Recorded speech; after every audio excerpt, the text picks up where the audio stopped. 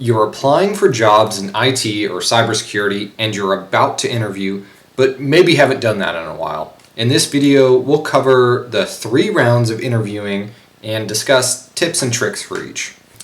The first interview is the HR screen. In this phase, you'll be interviewed by a non-technical rep from the HR department, and it may come without any notice. A rep may just call you and see if you're free to speak right then and there. They have 4 goals. The first is to find out if you meet the minimum requirements to complete the job. Basically, do you have the credentials you said you did on your resume? The main question you can expect here is, tell me about yourself. Pro tip, have your 30-second elevator pitch ready to go when you're starting to apply.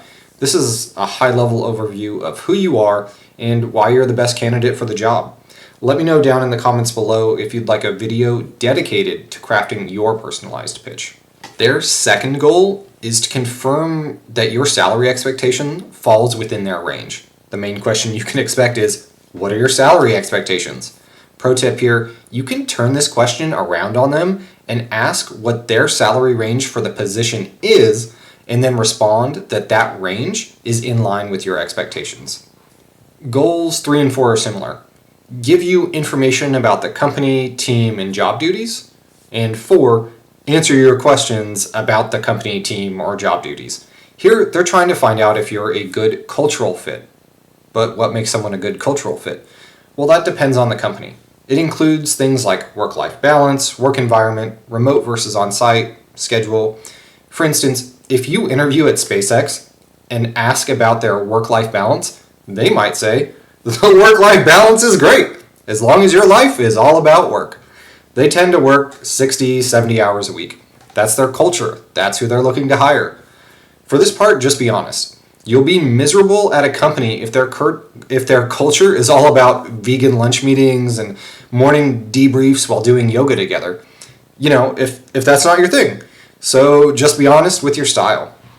Be sure to get their contact information before ending the call so that you can follow up with a thank you email and provide any additional information.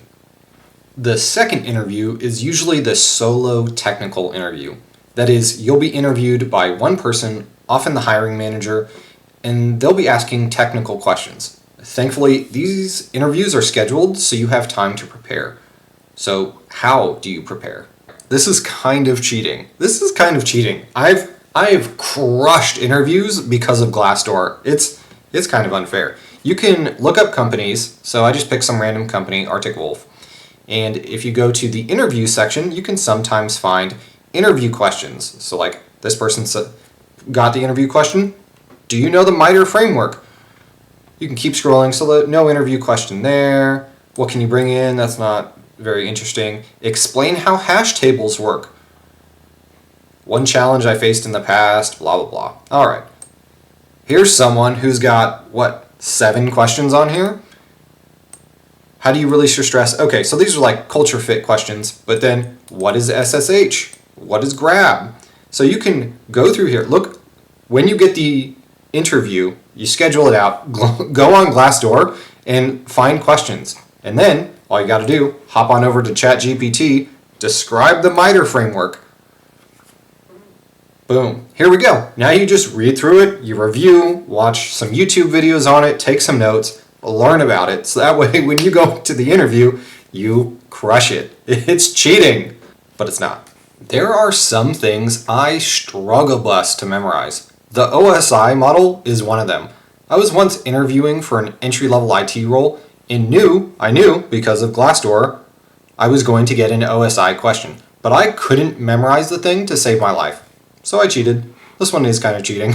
I created a flashcard and kept it propped up in front of the screen.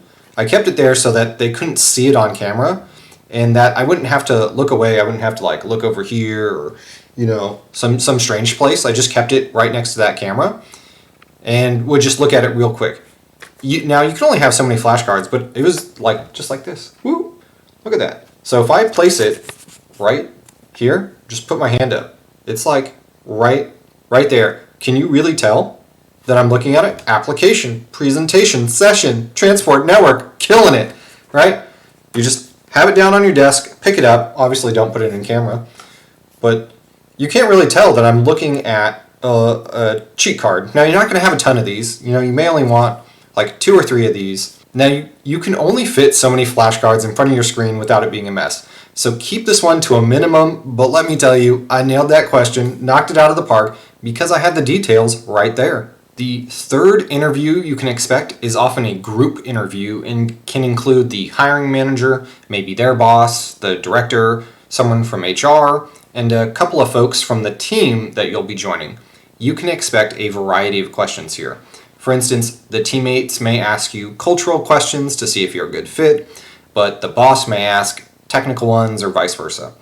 All of the previous advice really helps here, so double down on those tips. But I find this last round to be the most stressful. It's usually between you and another highly qualified candidate, and you need to make yourself stand out. The pressure is high, there's more people judging you. It can be tough. So here are some tips. Tip number 1, be early. Be early and double check that everything works, especially for virtual interviews. Test your microphone, your camera. Does your background look okay? Are you dressed appropriately? Do you have food in your teeth? Review your flashcards. Don't add the stress of being late. It's hard to shake off. The first thing you need to do when you get on a remote call with a group, especially before the interview formally starts, is make small talk. We want to work with people we like, people we can chat with. Look at their backgrounds. Do you see anything noticeable? Maybe a Lego set. Say something about it. Do you hear a dog barking? Ask about the puppers. Small talk is a skill you can develop. If you need help in this area, I found this book super helpful, Meaningful Small Talk by Dan Chang. Quick read, really enjoyed it. Third tip, I find my mouth runs so dry during interviews, like so dry it's hard to speak. My nerves are just shot, and because of this, I keep a cup of juice nearby. Now, you don't want to be sipping all throughout the interview, but sip right before the interview starts and maybe once or twice when you're in, so when you're so dry that you can't speak. It can really help. Why juice? I think it soothes the throat better than water, but you do you. Bonus round here. Some companies, particularly for SOC roles, may have you take a skills assessment. This could be similar to challenges on Hack the Box or Try Hack Me. You'll need a variety of skills to crack the challenges. They may give you an IP address and you have to hack your way in, or they give you an ISO file and you have to find flags. It's meant to be an actual technical assessment of your skills. Anyone could fake answers, but it's tough to fake skills.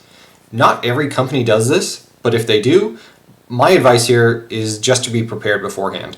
Spend time on those freemium sites to boost your skills so that if they want to test your technical knowledge, you can crush it. They usually give you a set time frame, such as 72 hours to grab as many flags as you can.